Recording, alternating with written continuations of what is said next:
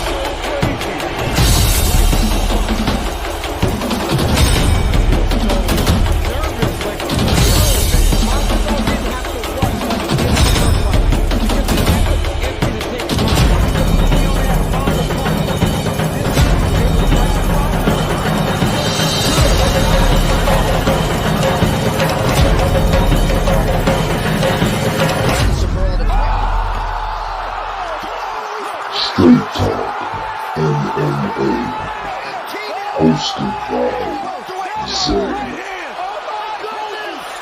Bones, the MMA Brothers.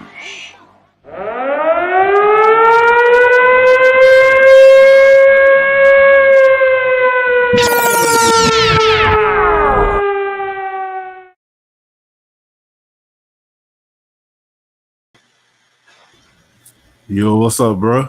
Yo, what's up? How you doing this morning? Oh, yeah, I'm feeling good, man. Feeling after last night's festivities. Emotionally and mentally, I'm disappointed a little bit, but besides that doesn't take away from how good the card was. I thought it was a pretty good card overall. It started out with a lot of finishes. Although the people that I wanted to win didn't win, it was still a good card nonetheless. That's part of MMA. That's part of the game. You always get to have that heartbreak because you're watching your favorite fighters in there go to war and lose. So, yeah.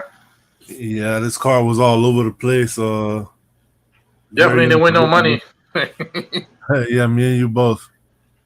I lost a little something, and then I came back, and I just said, you know what? After the way some of these fights is going, I'm like, this is not the card to bet on. And I'm so glad I did that because they're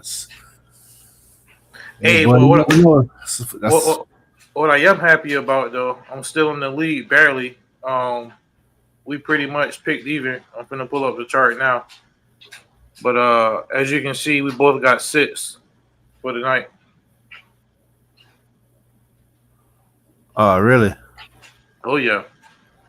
So we basically broke even. So I should be in the lead by 1 because I was leading by 2 before this. So it's getting kind of tight, man. Now, if we broke even, then you'll still have a leader too. Oh yeah, leader too. But I want a bigger lead than that. I want to be leading by like 10, 15 or something like that. I'm gonna run you down. Not gonna happen. 3 or 4 more events. All right. With that being said, let's get into the show. Yeah, let's do that. This was coming to you from the RAC Arena in Perth, Australia.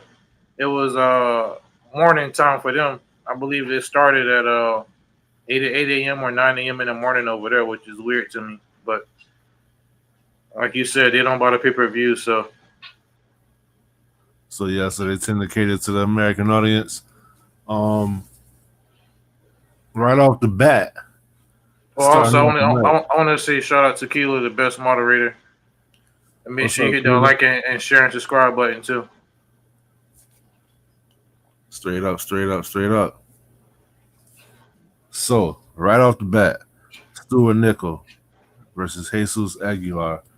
Um, the fight starts off, wasn't very long, not much to break down. Jesus Aguilar, he came in and he was looking pretty aggressive. He ended up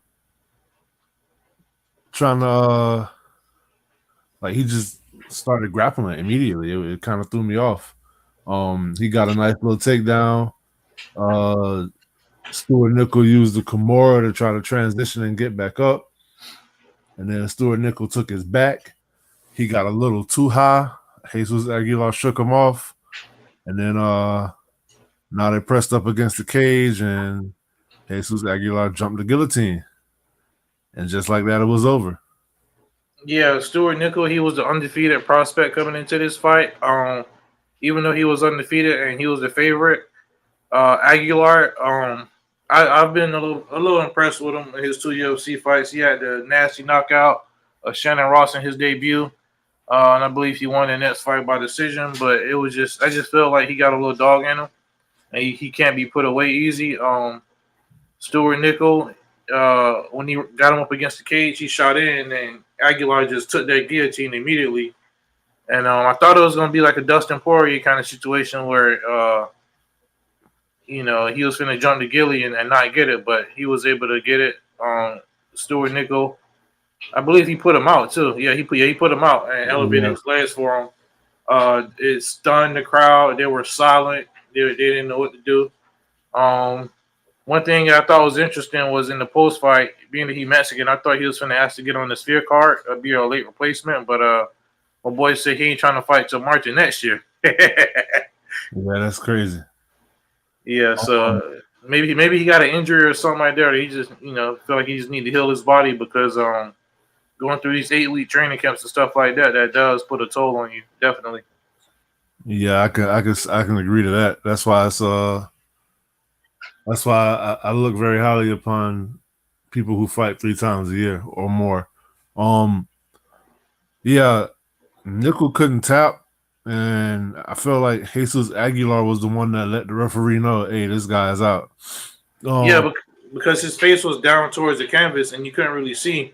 And it was a weird motion, kind of like how Marab got submitted by Ricky Simone, where he was out, but his body didn't go limp. He was still kind of moving a little bit. It was a little weird, but that was a theme of this night. That's one thing that did put a damper on this card.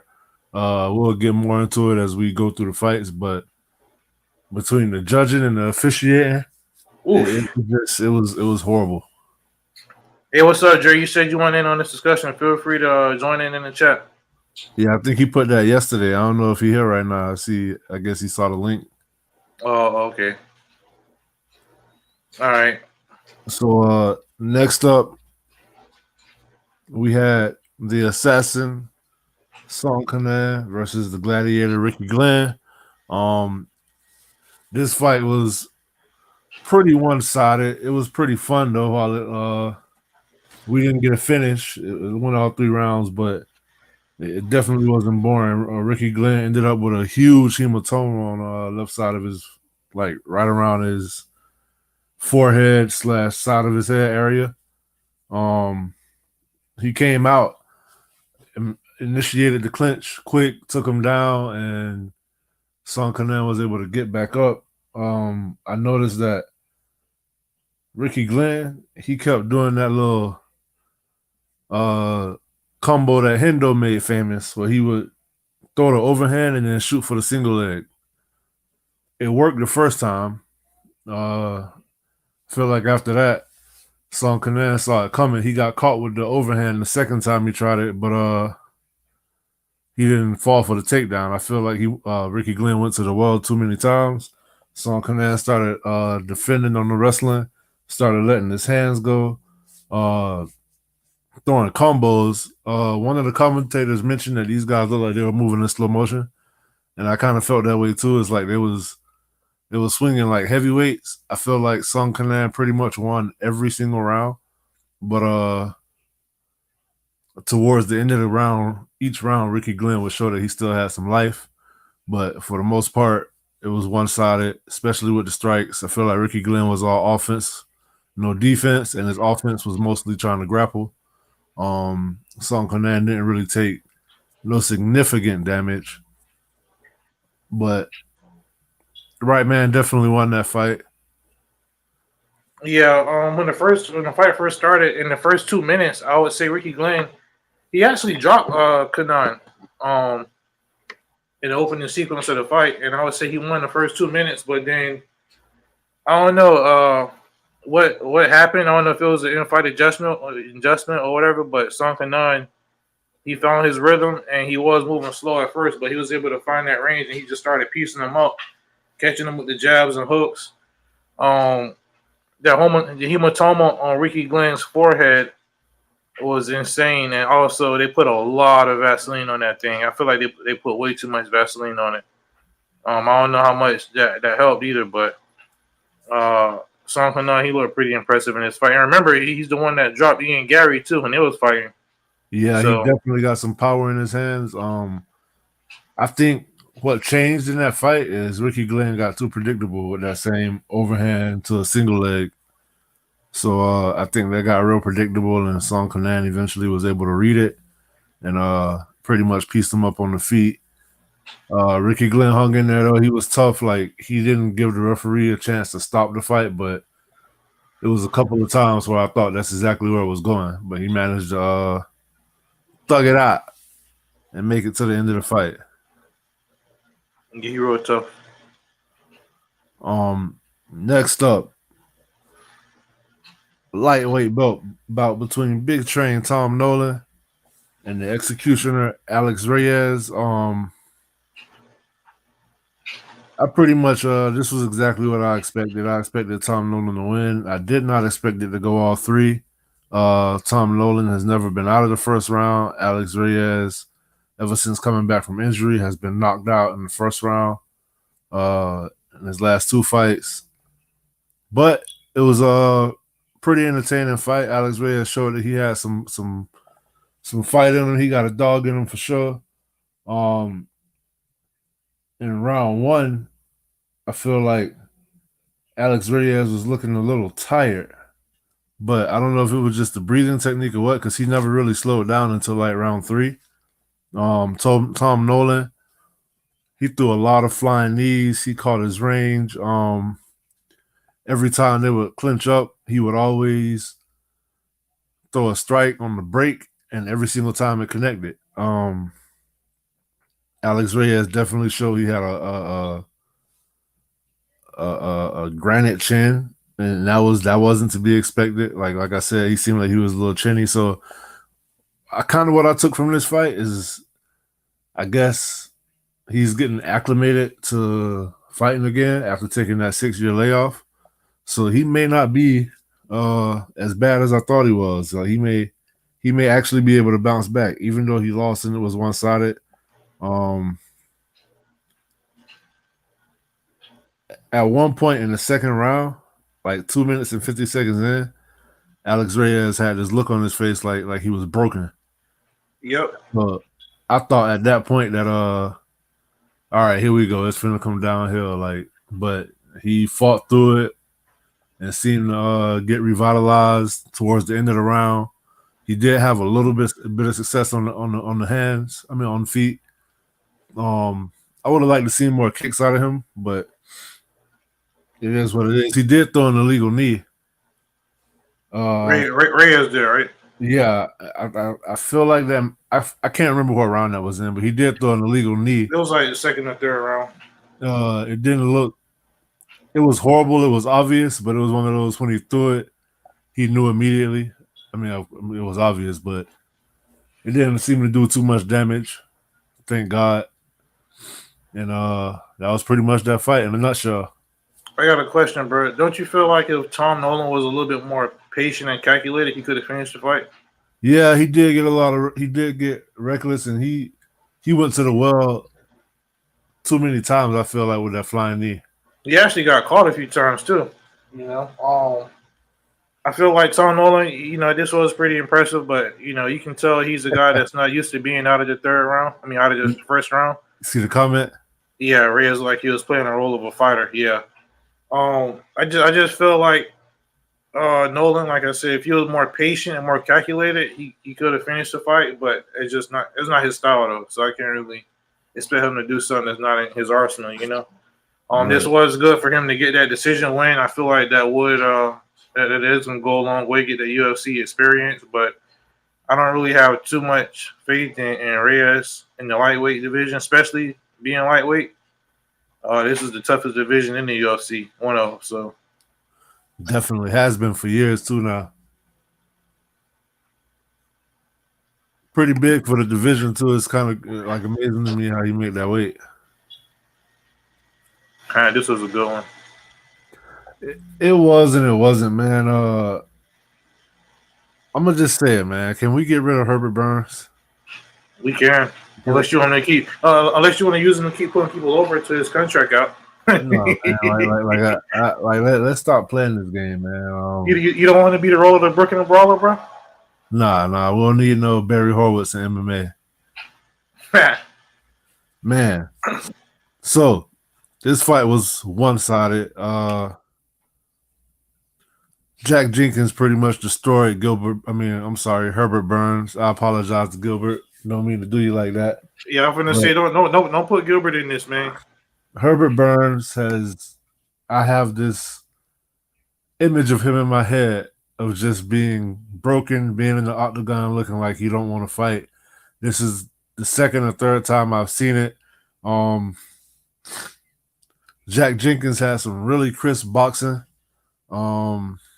He was landing some nice body shots, throwing all his combinations with bad intentions.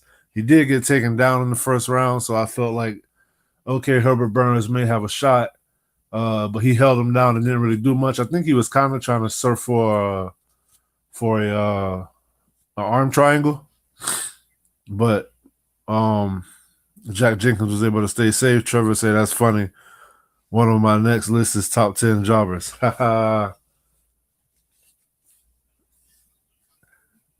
Yeah, I mean, this is the closest thing to MMA jobber in my opinion. Jack Jenkins had some nasty body shots and overhands. In round 2, I feel like Herbert Burns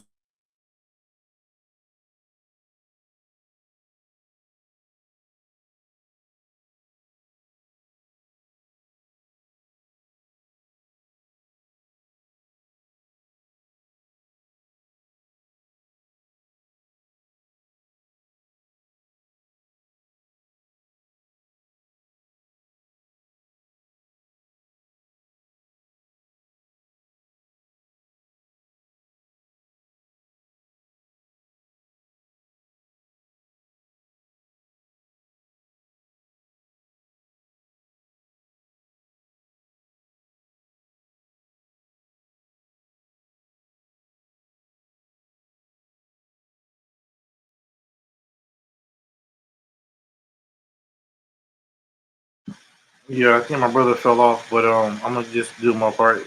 Jack Jenkins, he was coming off an injury where he broke his arm, but he just straight up destroyed Herbert Burns in this fight. He was throwing a lot of leg kicks, and he was just tearing that leg up to the point where Herbert Burns couldn't even walk no more. And a lot of times Herbert Burns was going to the ground, and he was just laying there, and Jack Jenkins would follow him to the ground. But my thing was, I feel like Jenkins should have just let him get back up every time instead of following him to the ground. You can tell that he was just taking his will away, and by the time round 3 was coming around, he just didn't want no more. He took his will away. He didn't want to be in that fight no more.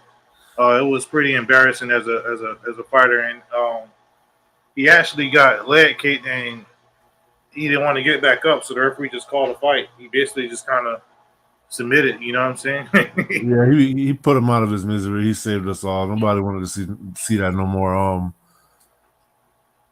That's one common theme in Herbert Burns fights. If it's not going his way, he'll go down, and if the guy decides to back up and make him stand, he gets up so slow. You can tell he don't want to get up. It's like he don't even want to be there no more.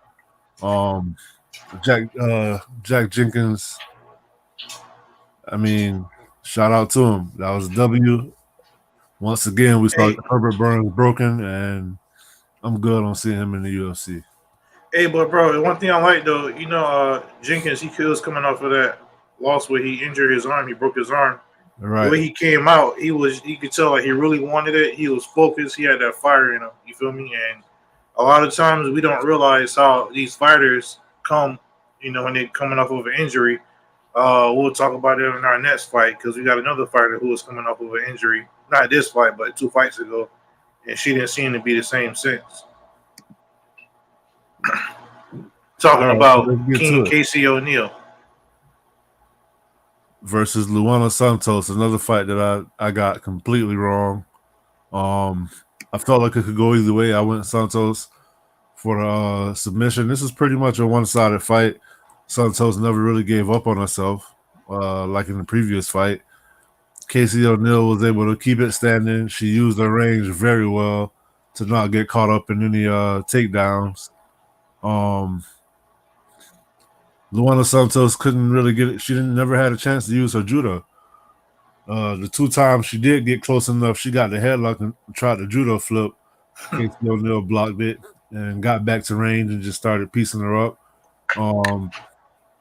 There was one point in the 3rd round where Luana Santos had Casey O'Neill in the headlock and she tried to attempt the judo flip. Casey O'Neill kind of fell back, and then she had Luana Santos. She had her leg wrapped up, and I thought, oh, that's a position for a twister. Like, that really would have been crazy if she would have got the submission on Santos, but it didn't happen that way. I feel like all 3 rounds were just rinse and repeat.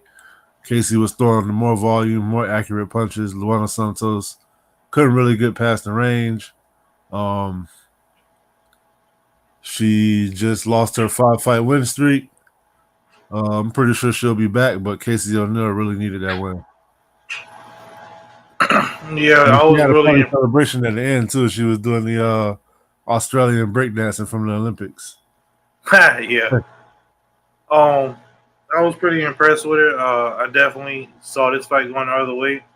I just felt like Santos was younger and just like had that fire in there. Casey O'Neill coming off the knee injury, she lost 2 straight. Or her last fight, her being submitted. Luana Santos is a grappler, so I thought that she could submit Casey O'Neill.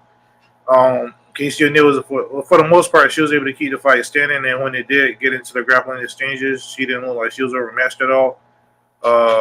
Hopefully, this could be a trend upward for her, and she could start putting together like a little win streak. Because I think she came into the UFC winning like 5 straight fights.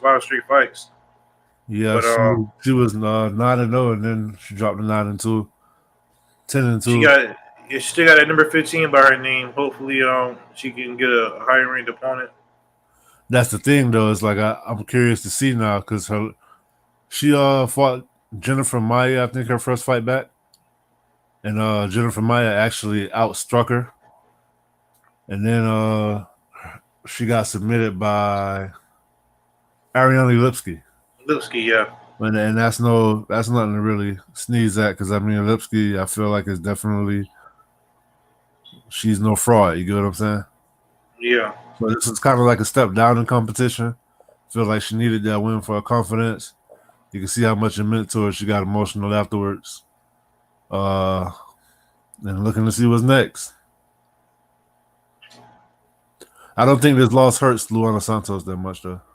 No, I'm just trying to find looking at the division and see who I would match her up with next. She ranked number 15.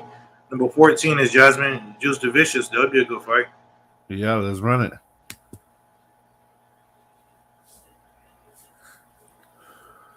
All right.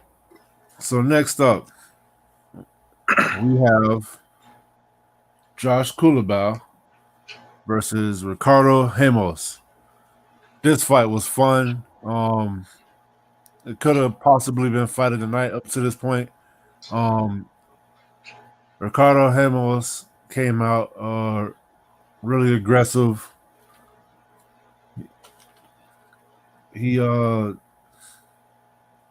I don't know. With this fight right here, I feel like I'm gonna break it down, but the thing that stands out to me the most is Robbery. yeah. I mean, and I don't really want to know if I don't know if I really want to call it a robbery, but I definitely Robbery. okay. So I mean, I'm trying to be nice here. But yeah, it was a really good fight. Ricardo Ramos had Josh Coolabout in trouble in the first round. Um, he caught him with he had him in a really deep choke, like a really deep choke. I thought it was no way he was getting out of it. He ended up getting out of it. He did do a little damage to Ramos's leg in the first round, and it was almost like he was winning that round. It was kind of like something I saw in the main event, where the first half of the round, Coolabout was winning. The second half of the round, Ramos won, but I feel like I gave that round to Ramos just because he definitely almost finished it with that choke at least 2 times. You get what I'm saying? So then we Yeah. get around, and in the corner you hear Coolabout's coach is telling him, "Hey, his left leg is toast. His left leg is toast," which is how they ended up on the ground in the first place because of a leg kick. So they come back out, they stand, trade for a little while, and he ended up kicking the leg again. Ramos goes down, and he obviously cannot stand. So what does Coolabout do? Low fight IQ. He follows him to the ground. Then he get held down for a while. So now they had a stalemate. Coolabout manages to get back up. Ramos still didn't want to get up, and Coolabout starts circling, trying to kick the leg. He landed a couple punches. He definitely could have finished that fight in that second round.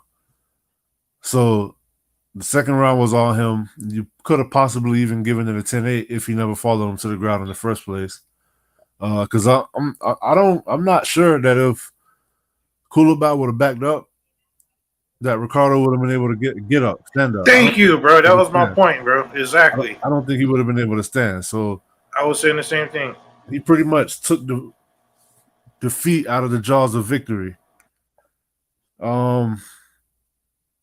Then we go to the third round, and he stopped even kicking the leg.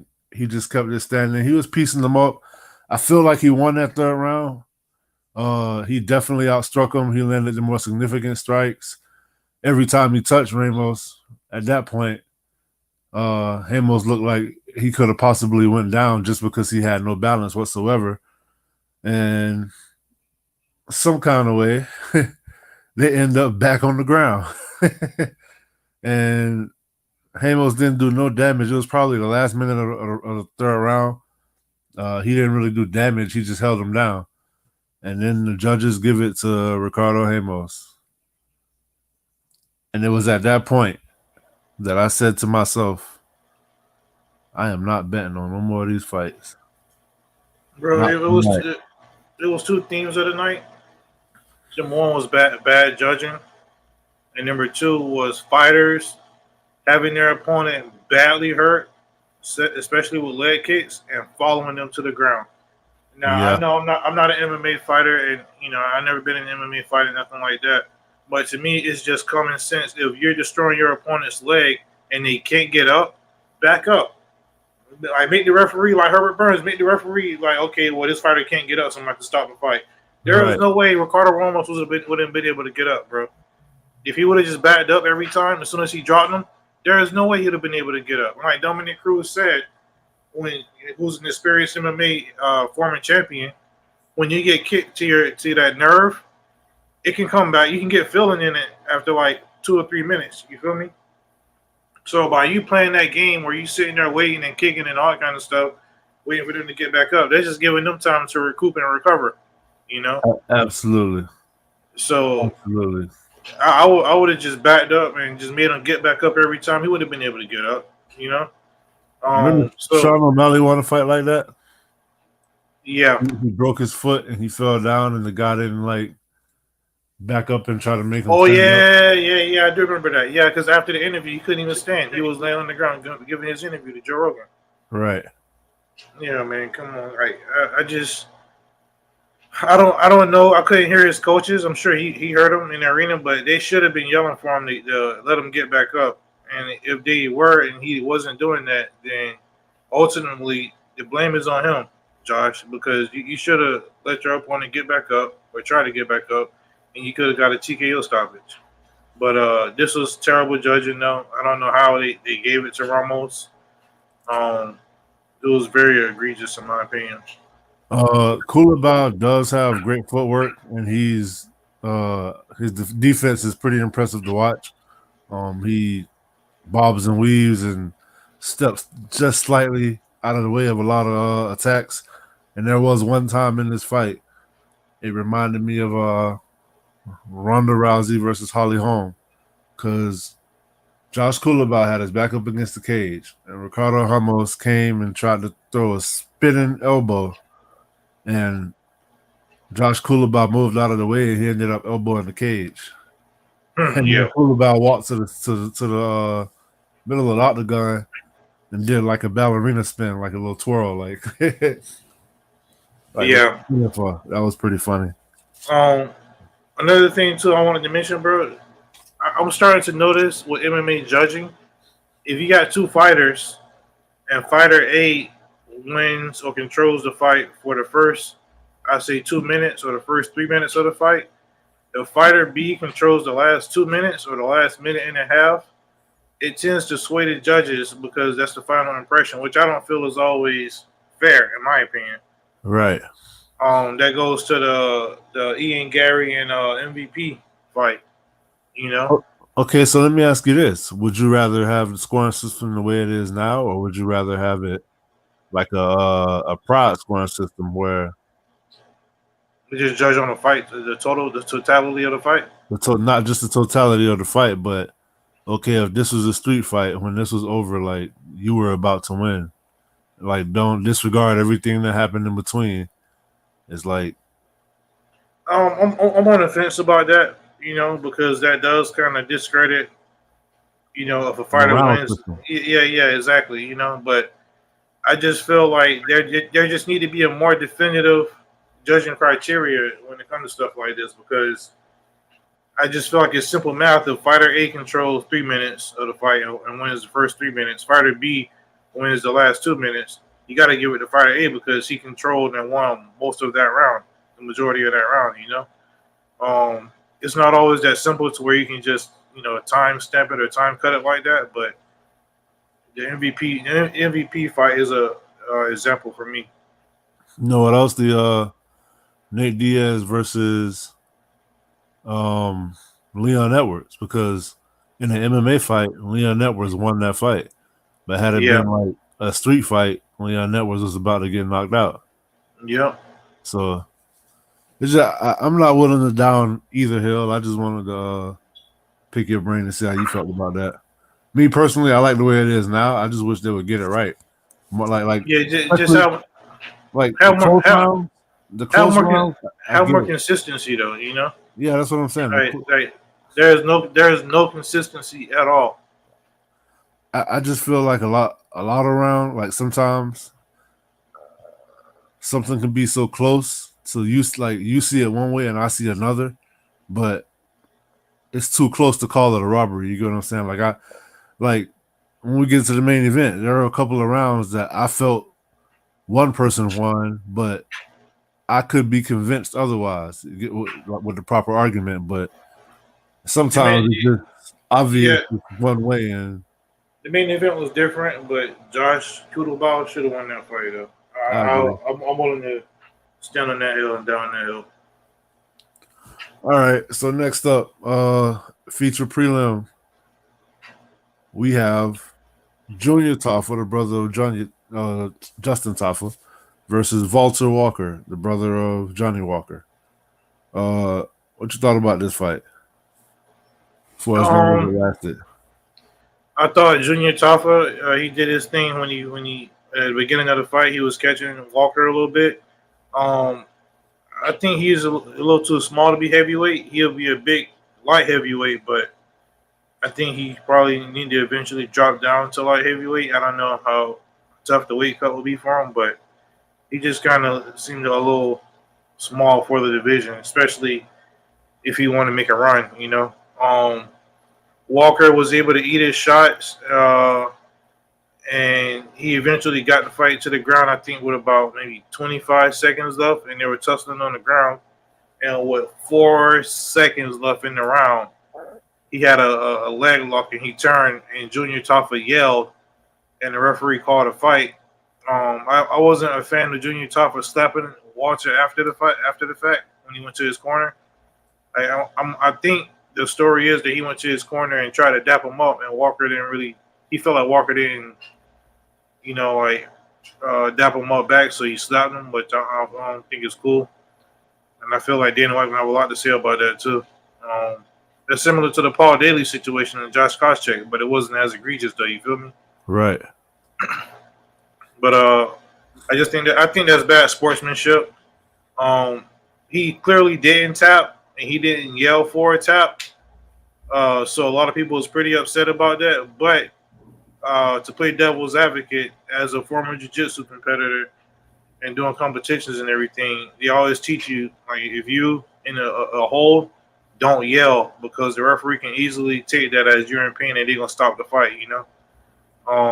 Because a lot of times when you get in these holes, you can't tap because you're too busy. It's such a fast thing, and you're too busy trying to defend yourself that sometimes you just gotta yell, tap, tap, tap, But he just yelled in pain, and I can't really blame the ref too much on this one, because when the fighter yells out like that, you don't know if he broke his knee or if he shattered his knee or whatever, tore his knee up or whatever, you know what I'm saying? And then the referee will be blamed if that fighter can't compete again, if he got a career-ending injury. So I don't fully blame the ref on this. I'm more so feel like Junior, obviously he was in pain or something for you to yell like that. So the referee not completely wrong for stopping the fight. If it is unfortunate because he didn't tap, I kind of like Walker playing the heel when he got on the mic and just started going off, and then he said he wanted to run through the family and fight his brother too. I'm all for that. Because Justin Taffa, the older brother, got more weight on him, and he's more devastating with his shots too. Yeah, with this fight, I was very disappointed in the way it ended.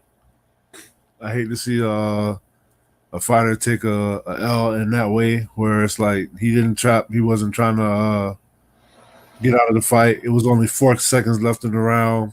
The next round was going to start back up on the feet. Definitely would have had a chance to knock him out because Walter has no striking whatsoever. But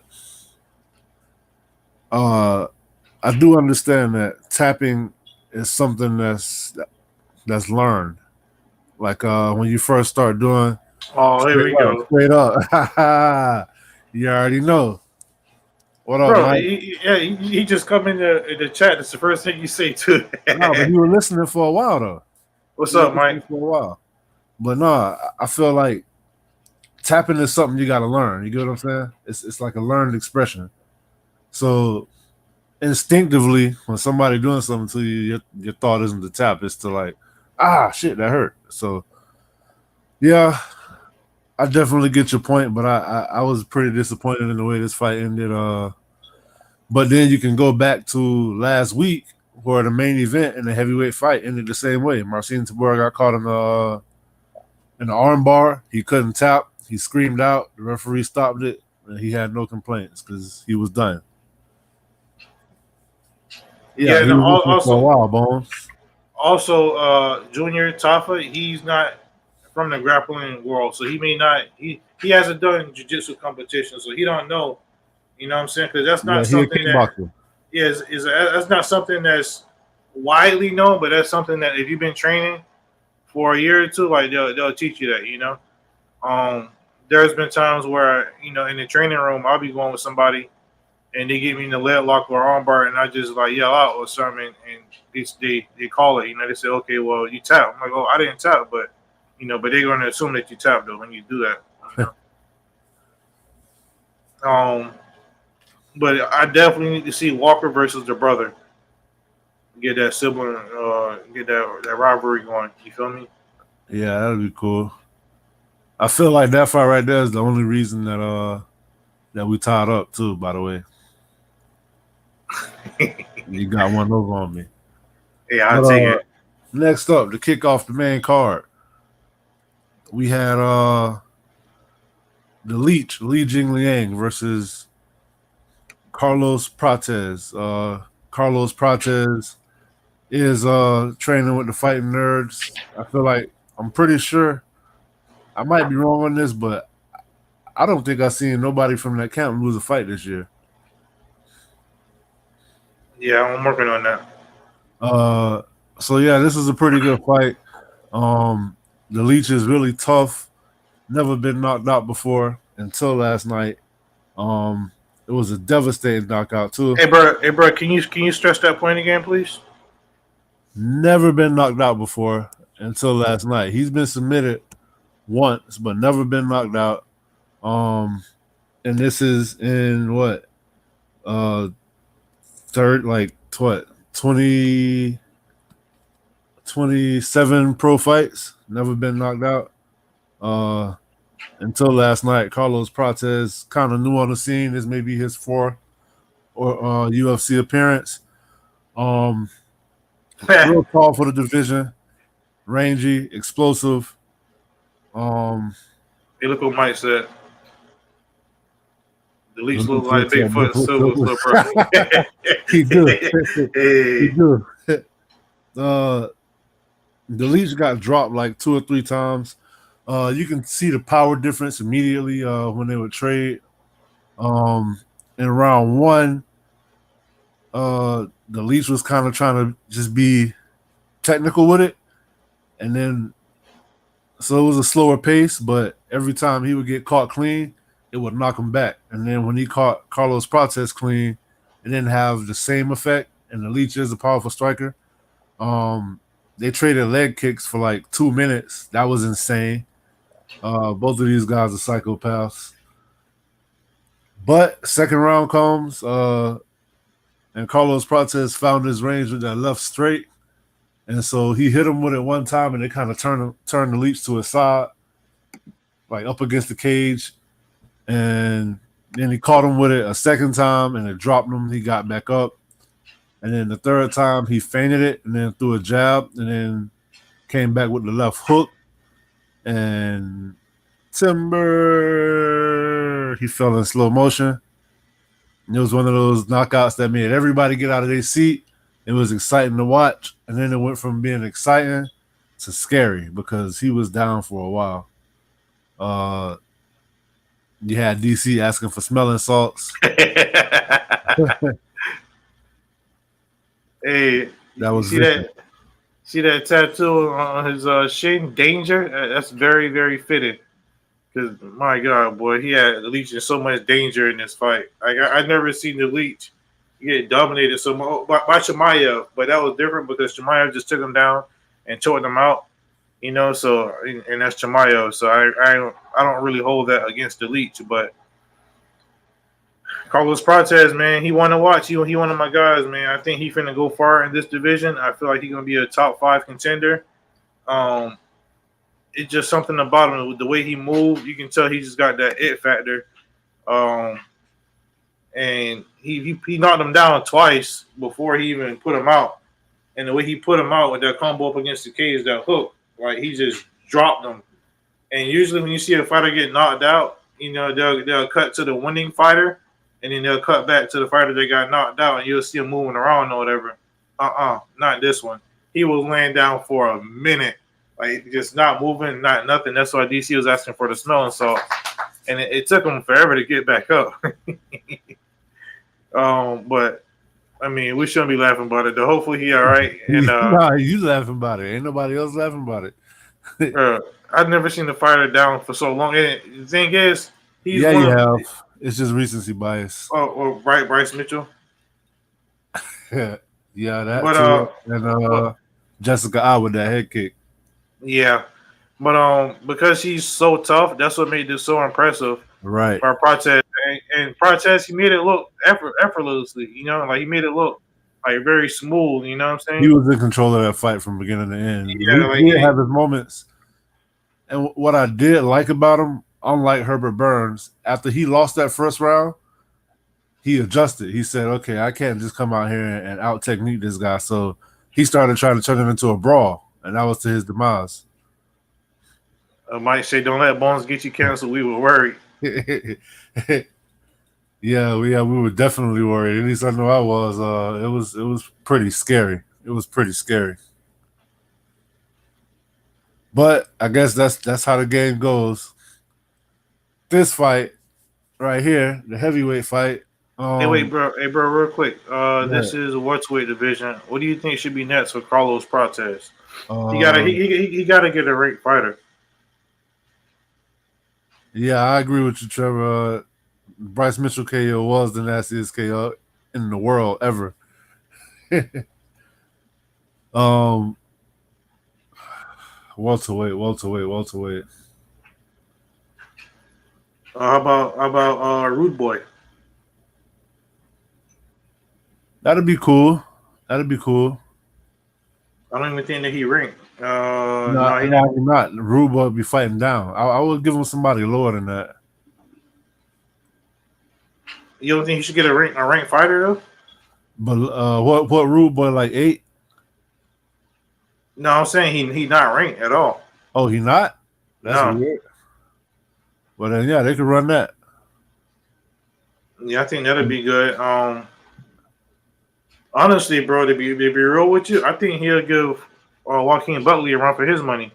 I was gonna say Joaquin Buckley, but they just matched him up with Stephen Thompson. Oh yeah, we talked about that last night. Number 15 is Kevin Holland. How about that? Oh boy, that would be a good fight. And I'd rather see them fight Delize, make them fight Delize. But they both matched up against each other too. So Who are Deleuze and Kevin Holland? Delize and Kevin Holland, yeah. All right. So heavyweight fight between Bam Bam Tatu Iwasa versus Biggie Boy Jairzinho Rosenstrike. This fight left a lot to be desired. If I would have bet on it, I would have bet under 1.5 rounds. It went the whole 15 minutes. They fought at Biggie Boy's pace, which is slow and technical and just taking your time and not too many big explosions. I feel like if Tatu Iwasa could have let his hands go more, he probably would have been able to force Jairzinho into a brawl, which would have been his best chance to win the fight. I feel like Bam Bam had a really hard time finding his range in this fight. That's why he kept throwing those kicks that weren't landing, and it would kind of spin him around because he'll put so much into him without having his range. Trevor said, snooze fest. Mike said, I must be old. My favorite knockouts are all old. Hey, those old knockouts, those are classics though. So no judgment here, man. Absolutely. But yeah, so I agree with Trevor. It was a snooze fest. It had a couple of moments. At one point, Tuivasa threw a leg kick and it got checked. And when he put his leg back down, it buckled like he couldn't put no weight on it. And I thought that was Jairzinho's chance to finish that fight right there. But like we said in the preview show, his biggest problem sometimes is his volume. And I don't know if he's trying to reserve some gas in the tank or what, but sometimes I feel like he's not active enough as far as letting his hands go or throwing any kicks. But he got devastating knockout power. Bam Bam showed that he does still have a chin because Jairzinho did rush him a little bit. And Bam Bam took a couple of shots and then he started throwing back. And it turned into a brawl for maybe like 7 seconds. And then Rosenstrike was like, nah, I ain't finna do this with you. I'm finna go back to doing what I was doing. And he pretty much just cruised to a victory. The most egregious thing about this fight is not that two knockout artists. All right, so this is weird. Tatu Iwasa, 15 wins, 14 knockouts, 12 in the first round. Jairzinho Rosenstrike, 14 wins, 13 knockouts, 9 in the first round. And then they fight like that and go to a decision where Jairzinho Rosenstrike wins all 3 rounds. And you have a judge say 30-27, bam, bam. That was crazy. That was very egregious. Bro, I don't understand that, bro. Oh, that was so bad. That was so bad. It was so bad to the point where they removed the referee. I mean, they removed the judge. Yeah, they said he was relieved of his duties for the rest of the night, which was I was so happy to see that because I felt like finally they're doing something about this. I mean, to my knowledge, this is the first time this ever happened, and you got 305 UFC events, not to mention the fight night cards and everything. I've never seen that happen, but it was very necessary because there is no way you can give all 3 rounds a tie to a Boston. There's no way. There's no way. It was so bad, but yeah, this fight didn't reach expectations. Tuivasa, he has lost 5 in a row now. I don't know if he's finna get cut. I don't think they're gonna cut him. Big E boy, he on a little win streak. I was kind of surprised he wasn't ranked. But I feel like he should fight a ranked fighter now because he got 2 straight wins. So we'll see where he goes. I would like to see him fight Nascimento. He ranked number 15. Yeah, he was ranked at one point, but then he went on a losing streak and fell out of the rankings. Now they're building him back up. Mike says Jairzinho has McGregor's gas tank. Yeah, but and I feel like he manages it better because at least McGregor he gonna put the pedal to the floor until he run out of gas, and then it's like if he can't finish you probably gonna finish him. Yeah, Trevor, that happened. They actually sat his ass down, told him he was supposed to judge the co-main event, and good thing he didn't. Or was it the Dan Hooker fight? One of those fights he was supposed to judge, but they told him, "Nah, you can have a seat." Rogan said the judge may have gone to take a piss. I think that was Dominic Cruz who said that. But yeah, he had to do something. I don't know, man, because that had like a boxing feel to it. Yeah, that was real bad, man. I didn't like it at all. Bad. So once again, between the judges and the refs, like just ruining careers. You know, a loss. Like say Jairzinho would have lost that fight because another judge went to go take a piss, then he gets half of his money. He don't get his win money, just his show money. Yeah, which is very messed up. All right, but yeah, so that was pretty much that for that fight. Yeah, not really much more to talk about on that one. Next up in the feature bout, lightweight division, we had definitely the fight of the night. Well, I don't know. They gave it fight of the night, but up until this point, I could agree hands down. We had Cameron Mateusz Gamrot versus Dan the Hangman Hooker. Dan Hooker is a fighter's fighter. I thought that Mateusz Gamrot was going to win this fight just because I thought he was going to stick to the nonstop wrestling. I didn't see Dan Hooker being able to defend the takedowns as well as he did or get back up the way he did. Both fighters showed a lot of improvement and evolution in their game. Mateusz Gamrot showed that he can stand and strike because at the first round he definitely won. He dropped. He didn't drop. Yeah, he did. He sat him down one time. Cut up both eyes. Dan Hooker had a cut over one eye and under the other eye.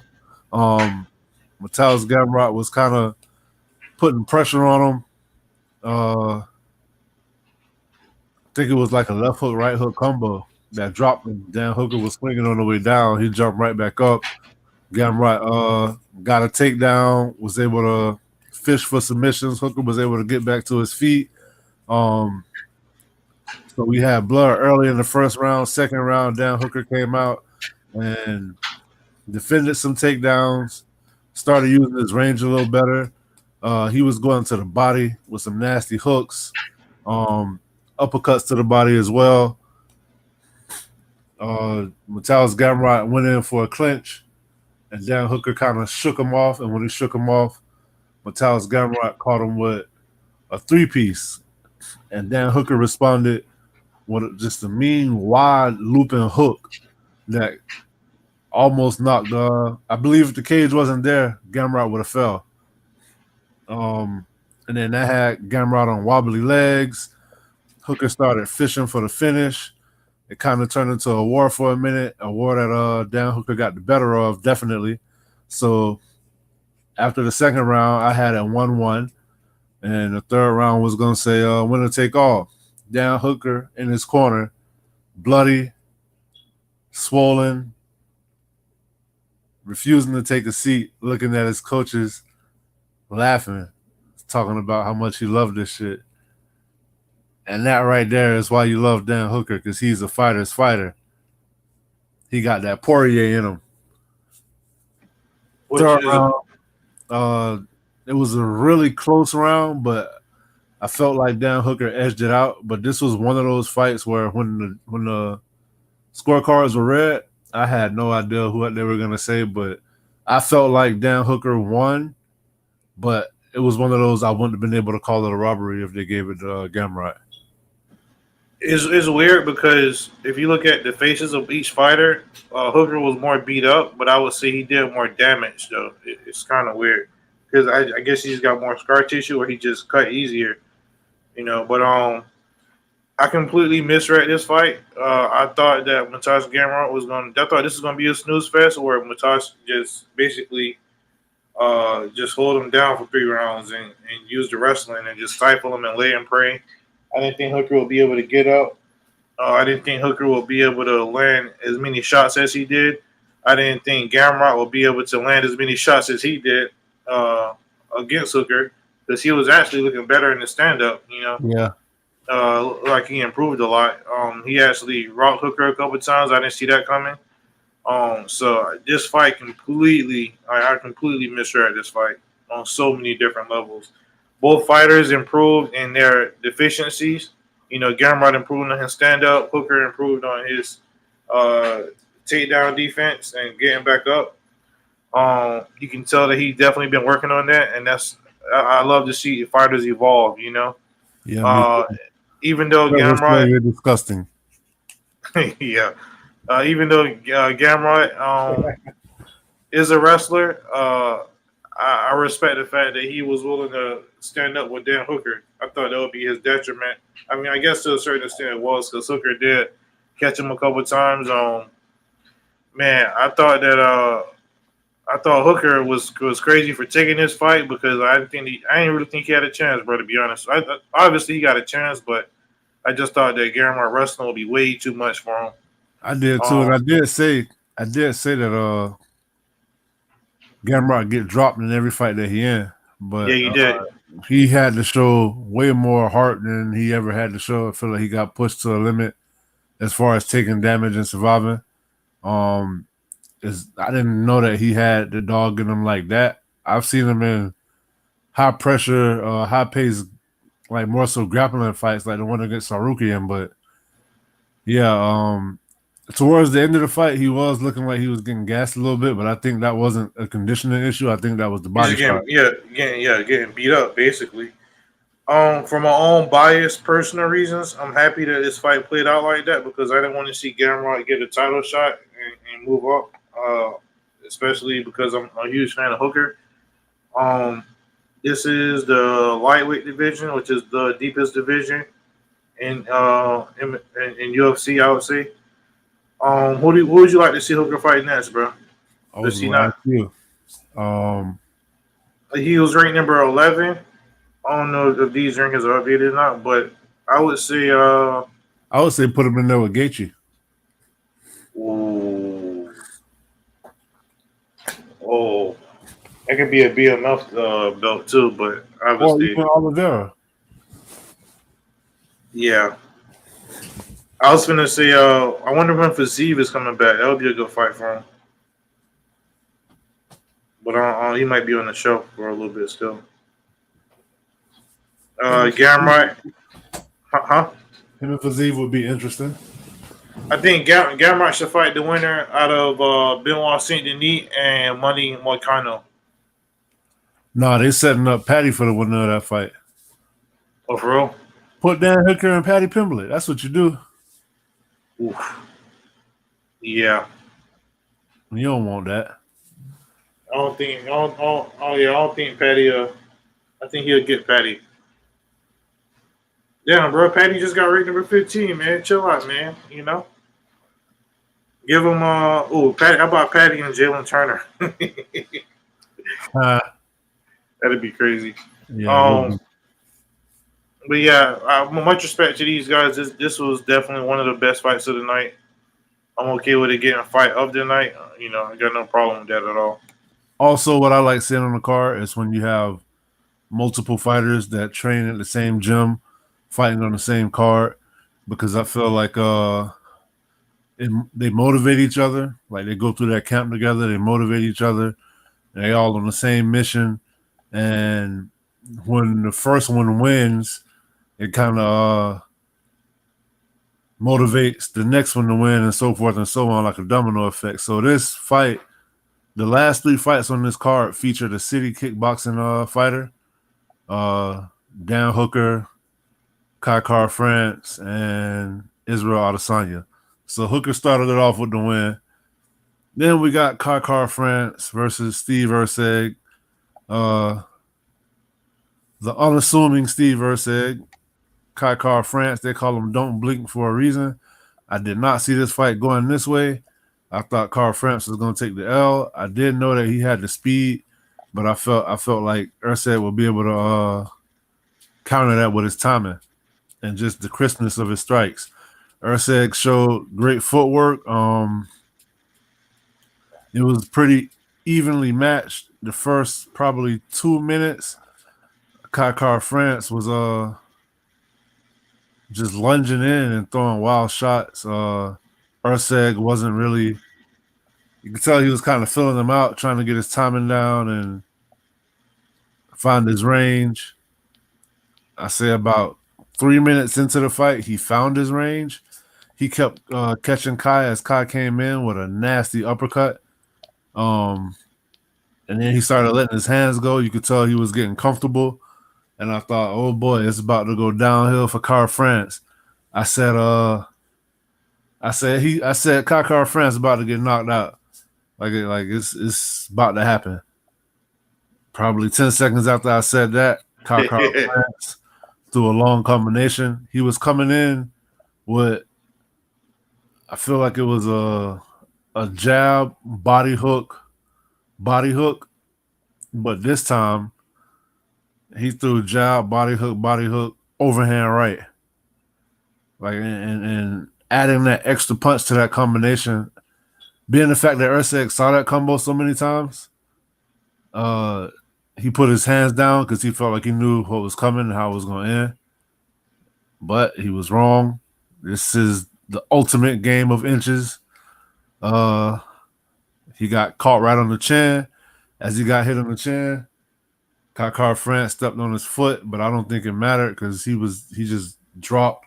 He did jump back up though, and when he jumped back up, he got hit with that same overhand and kind of like melted up against the cage, and the referee stopped the fight, justly so. Congrats to Kai Car France. I didn't see that win coming, but that definitely does set him up to be a title challenger against Alessandro Pantoja.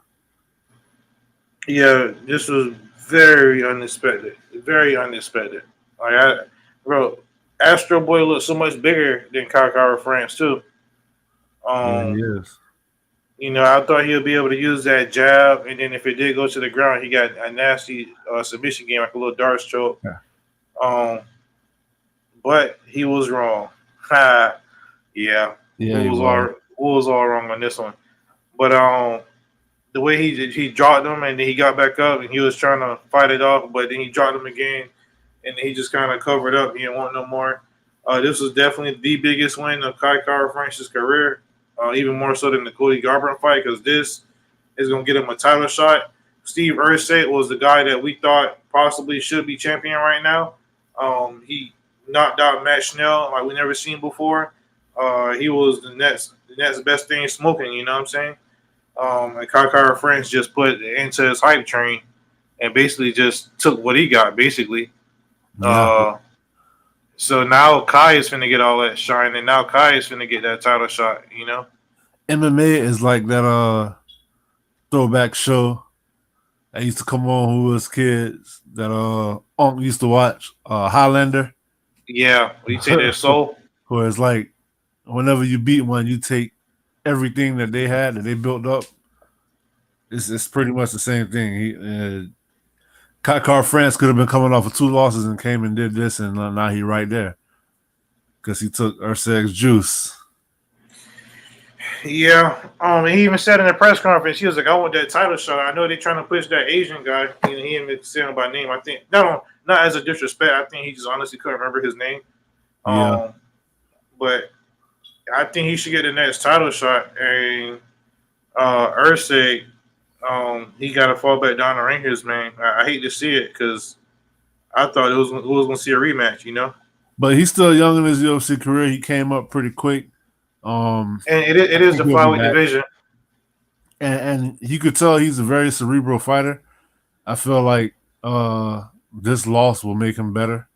And I ain't gonna lie, when they was reading the decision, you can tell how disappointed he was, and I ain't gonna lie, like my heart hurt for him, bro, a little bit. Yeah, because you see that he knows exactly where he went wrong. Yeah, he was wrong. Yeah, I would like to see Steve Ursay fight Tim Elliott, Manil Kate, Bruno Silva. I mean, they all ranked. Give him anybody. You feel me? Just to get his momentum back. Or give him the Tiger Ulanbekov. Nah, what I gotta see what happens with Brandon Royval and Tatsuro Taira. I feel like you should let him fight the loser of that fight. And the winner of that fight should fight the winner of Carl France versus Pantoja. I like it. Anything else about the co-main before we get to the main event? Nah, shouts out to Kai France. I've been following him for a while, and I'm happy for him. All right, so now we got 2 City Kickboxing teammates with the W, and we come to the main event of the evening for the undisputed UFC middleweight championship. We had Still Knox, Dricus du Plessis versus the last style bender, Israel Adesanya. Oh man, it was so intense. You can feel the tension just not even being there, coming through the TV. Adesanya walks out, gets in the ring, gets in the cage. And he had some Poatan vibes, man. Yeah. Stone-faced, stared at du Plessis as he walked out when du Plessis got in the octagon. I was looking at their walkouts, and I felt like du Plessis, as he was walking out, looked really confident. I feel like he'd been exuding confidence all fight week. Adesanya, you could tell he was just super focused. Kind of wondered if he was a little too emotional, but he definitely performed. When the fights, like as they were announcing the fighters, I felt like he had a lot of intensity. Du Plessis would just chill. But once the fight actually started, I felt like du Plessis kind of shrunk a little bit. You get what I'm saying? Like I felt like he went back to the du Plessis that felt like he was in over his head when he pulled out of that first fight. This could have been the best fight on the card. This definitely, if it was me picking fight of the night, I don't know which one I would have picked between this one and the co-main. I would say probably this one just because it lasted longer. I felt like Israel Adesanya definitely won the first round, but this fight right here, I'm curious. I should have looked up the scorecard to see how they had it because Duplessis winning 2-1. 2-1. Yeah, But then I think so. It probably would have been 2-2 after the fourth correct. because I thought Adesanya was definitely winning the first round. He had mean body attacks. He had this Oh man, kept kicking him to the body. And he kept hitting him with a little uppercut to the body. He was mixing that up a lot. Nice little leg kicks. DDP was blitzing in like he always does, but he wasn't really landing his shots in the first round. However, he did get a takedown in the first round, and once he got that takedown, he went for the rear naked choke, and he almost got it like 2 or 3 different times. Adesanya was able to fight out of that, get back to his feet, and start landing the clean, crisper strikes again. So in my eyes, I thought Adesanya won the first round. In the second round, I feel like Drika started doing a little better. The second and third round all blend together to me because I just feel like it started turning into like a war. I feel like Izzy was landing clean shots. Drika's definitely got stunned a little bit.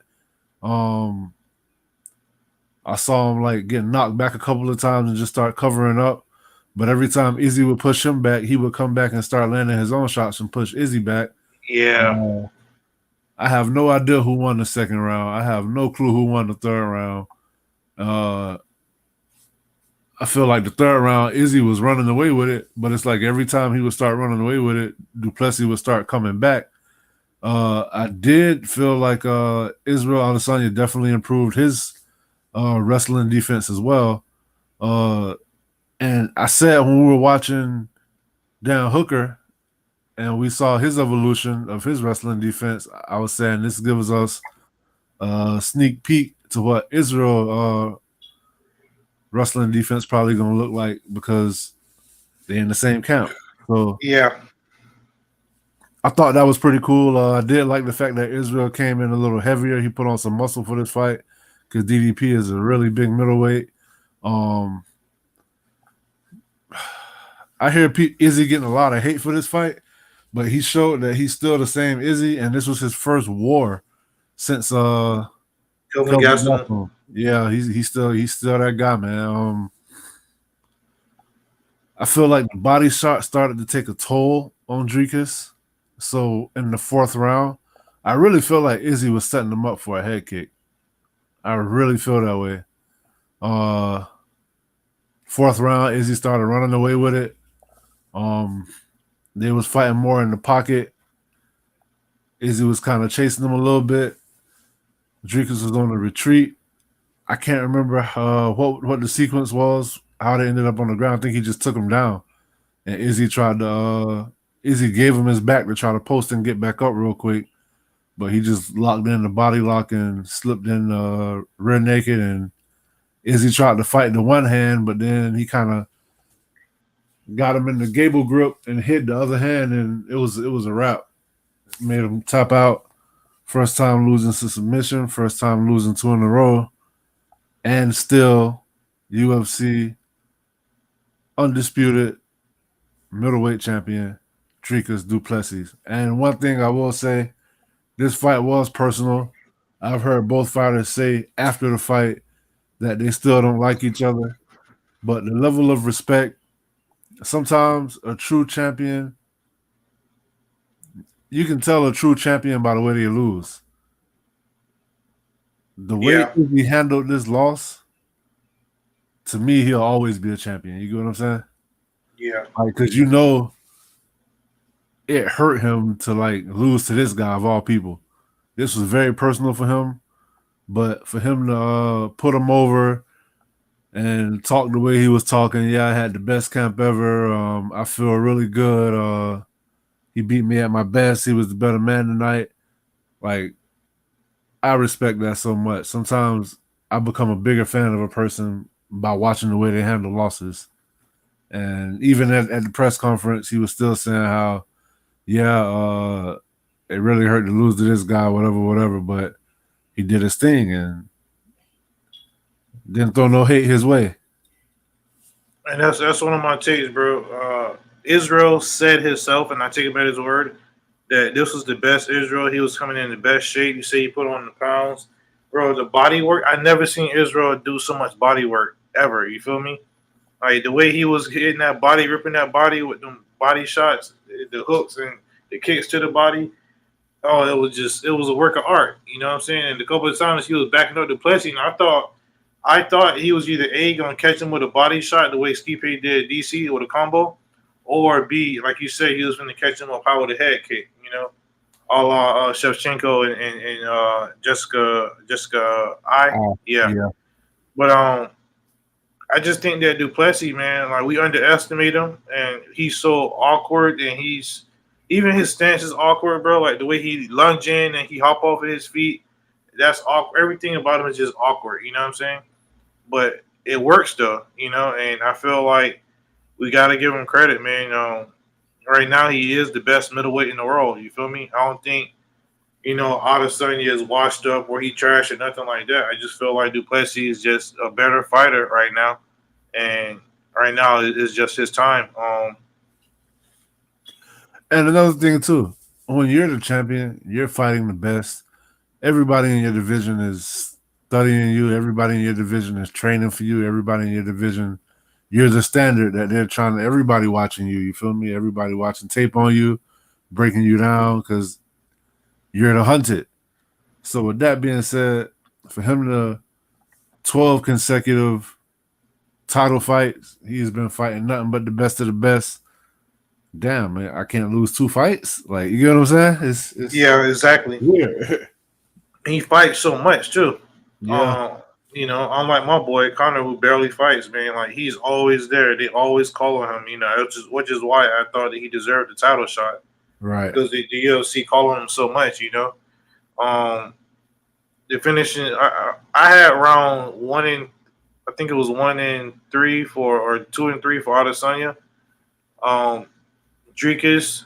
It was a very, very hard fight to score. Even if you told me that it was the other way, I wouldn't argue with you. I would have been interested. You had 1, 2, and 3 for. No, I had 2 and 3 for Izzy. Okay, and you had 1 and 2 for Duplessis. No, I had 1 for Duplessis, 2 and 3 for Izzy, and the fourth. Okay, and the fourth is I got you. The fourth was kind of going back and forth. Man, Izzy do this little sequence where like he kind of like take his back and not run, but he'll kind of take a couple steps, like side step or whatever. Yeah. But he'll turn his back door, turn his head a little bit. I kind of don't like that because it's just a bad look optic wise. Right. But in the fourth round, Dricus, he did that, and Dricus caught him on like 2 or 3 shots, and then got him up against the cage with his chest up against the cage, and his back is up against Dricus, and he just kind of drug him down and did a little hand fighting. And I feel like Adesanya just misfought the hands a little bit because it was the exact same submission that he had in round 2, and Izzy was able to escape. I just feel like he just kind of just got caught. You know what I'm saying? But yeah, I'm interested to see what Izzy is going. I already know what's next with Dricus. He's going to fight Sean Strickland, and then the winner of that is going to fight the winner of Chimaev and your boy Bobby Knuckles. Yes, but sir. Israel, he not done.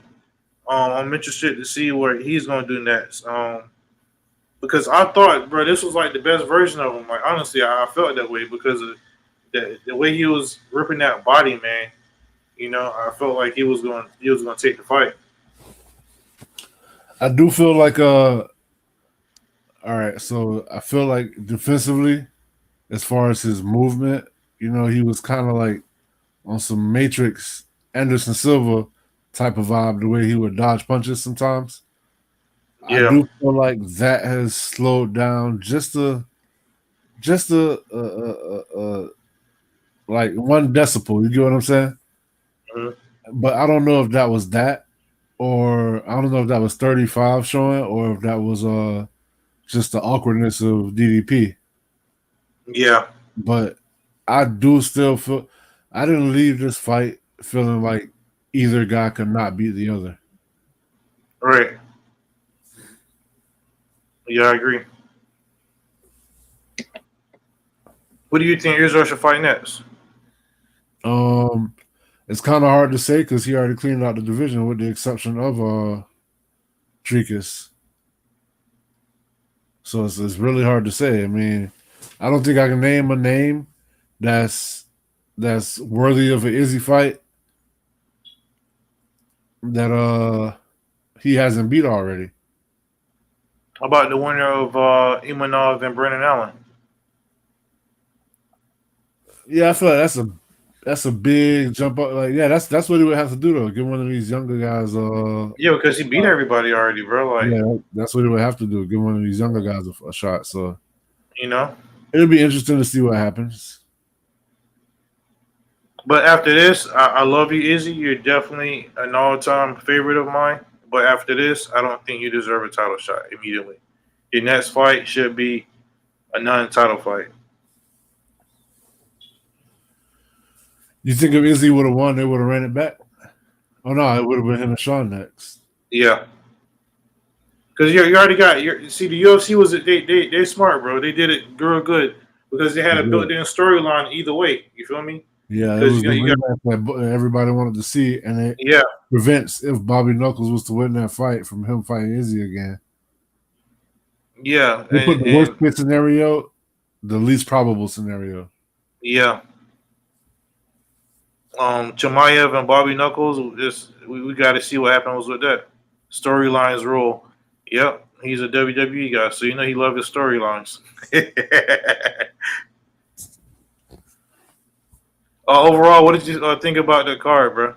I thought it had a lot of mishaps. It was kind of clunky. It was unpredictable, but as is a fight, right? Fights are unpredictable. Like two people swinging their bones at each other, so anything can happen. But a lot of bad reffing. I'm getting so tired of people grabbing the cage and not getting the point taken. That's getting old to me. Had like a bad stoppage in there. Had some bad judging. A couple fighters got robbed. Well, Jairzinho didn't get robbed, but it could have went that way. Overall, it was very entertaining, though. It just goes to show you that anything can happen in the fight because these fights was all over the place. It was entertaining, and the card overall lived up to expectation, especially because of the main event. But I was disappointed in the heavyweight fight, Bam Bam and Rosenstrike. Yeah, I was too. I was disappointed in that fight. Herbert Burns, he is what we thought he was. The co-main event, Kai Kara France, that was very surprising to me. I didn't see that coming. But other than that, let's get into the nitty gritty of it, bro. Let's give out these awards. That's right. Knockout of the night. We already know who it is. There can only be one. Carlos Prates KOs deletes for the first time ever. Oh man, look at his face.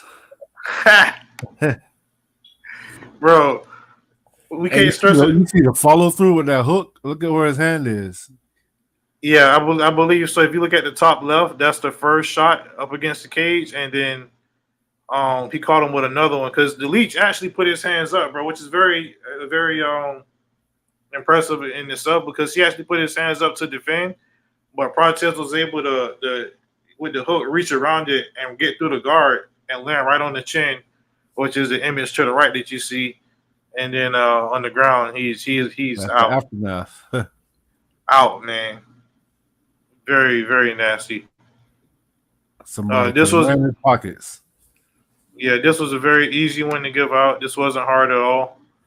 He almost got beat down of the night too. Yeah, he almost made MMA Brothers history, but instead the beatdown of the night goes Jack to Jenkins. Jack Jenkins, destroying Gilbert Burns and breaking Herbert. his will. Yeah, Herbert. Herbert Burns. I'm sorry, I keep talking about the relevant brother. Breaking his will and just taking his soul, making him embarrass himself, showing that he still got that quit in him and it ain't never going nowhere.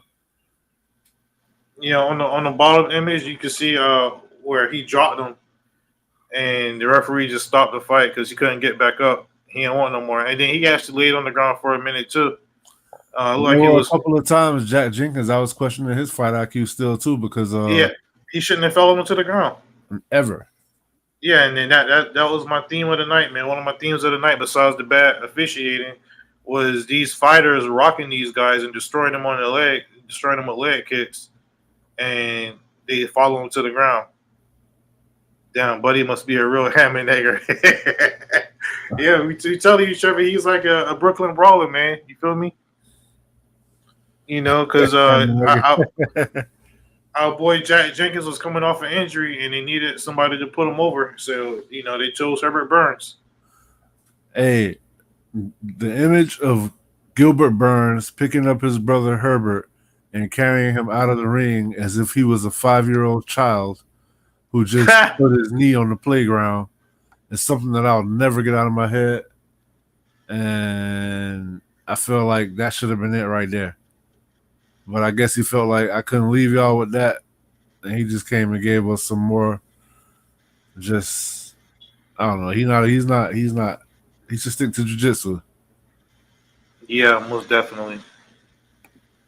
And I don't mean to rag on him. I mean, like, respect to anybody who get in that cage, you get what I'm saying? But it's just I feel like he not cut from the same cloth as his brother, and he's just not.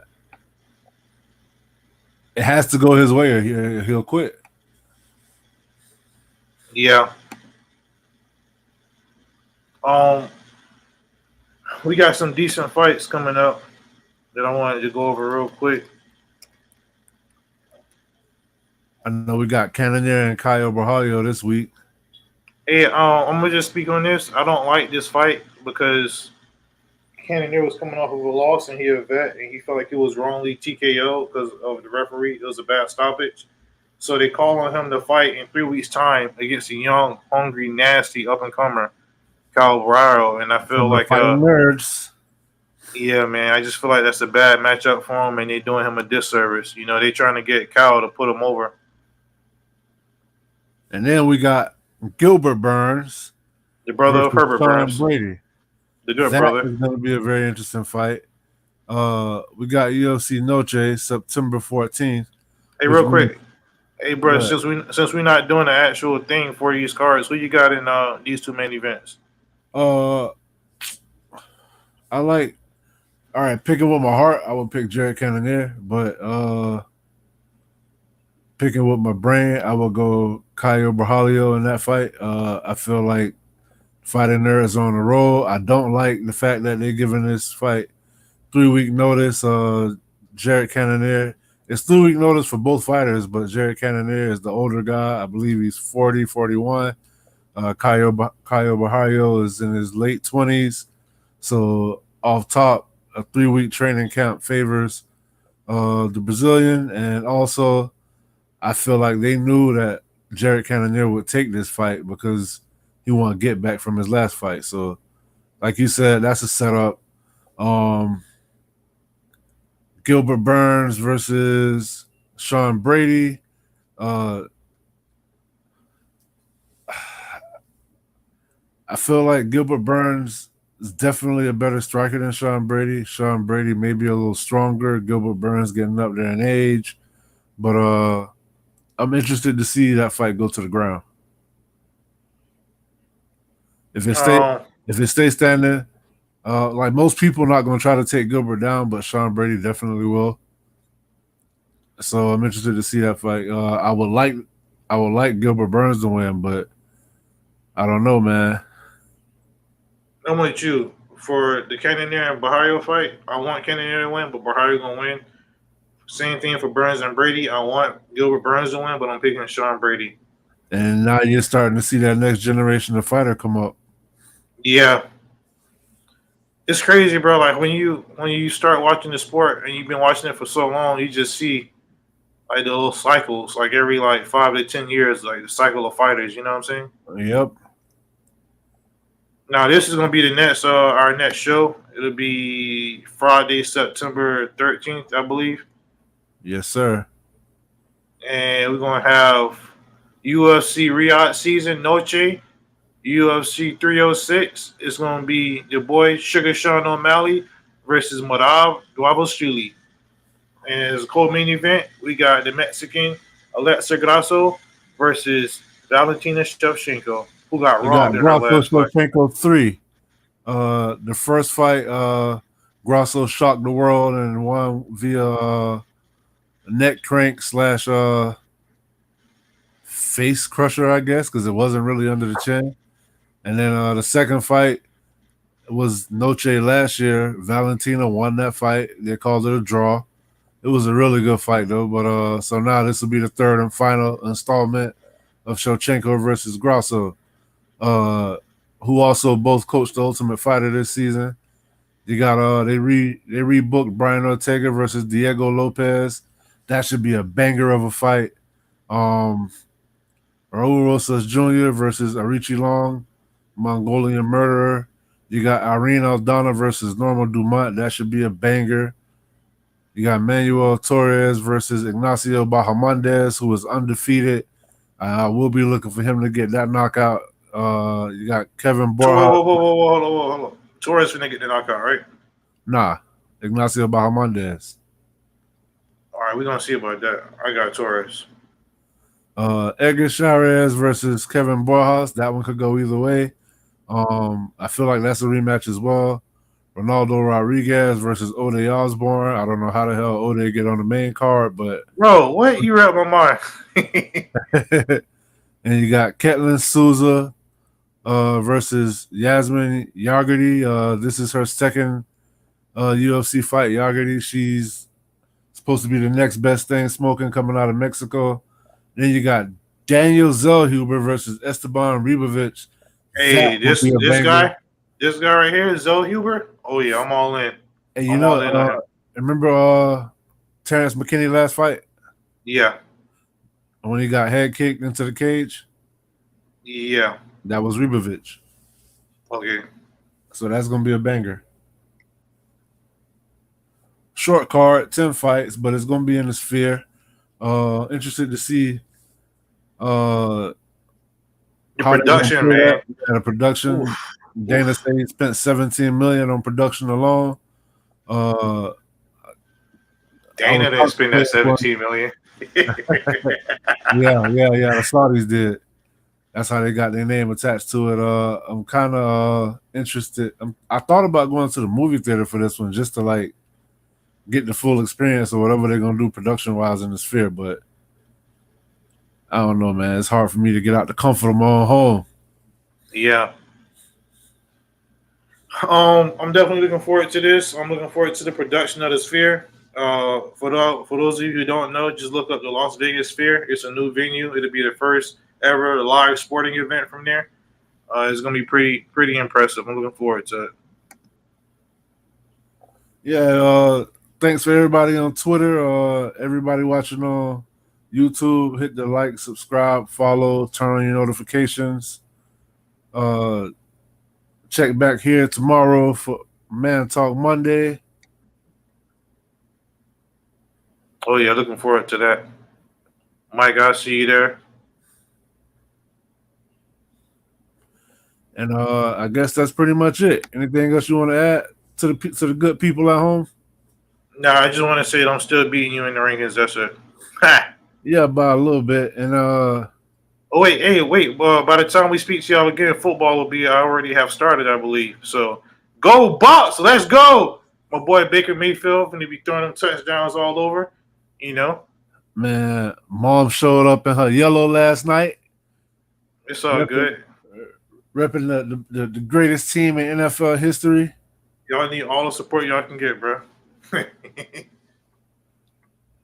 Hey, Mike, you weren't wrong Monday, dog. Nah, you wasn't. But all right, that's pretty much it. That's my sign that I got to get up out of here. I'm getting nauseous. All right, I'm out. All See right. you on Sunday. Peace.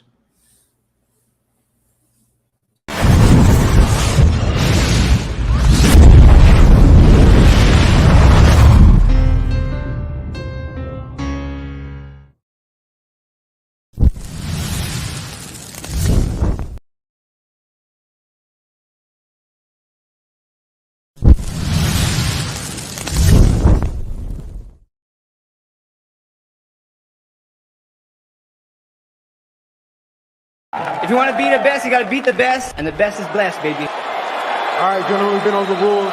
Protect yourself at all times. Follow my instructions. Keep it clean. Touch gloves if you wish. Let's do it.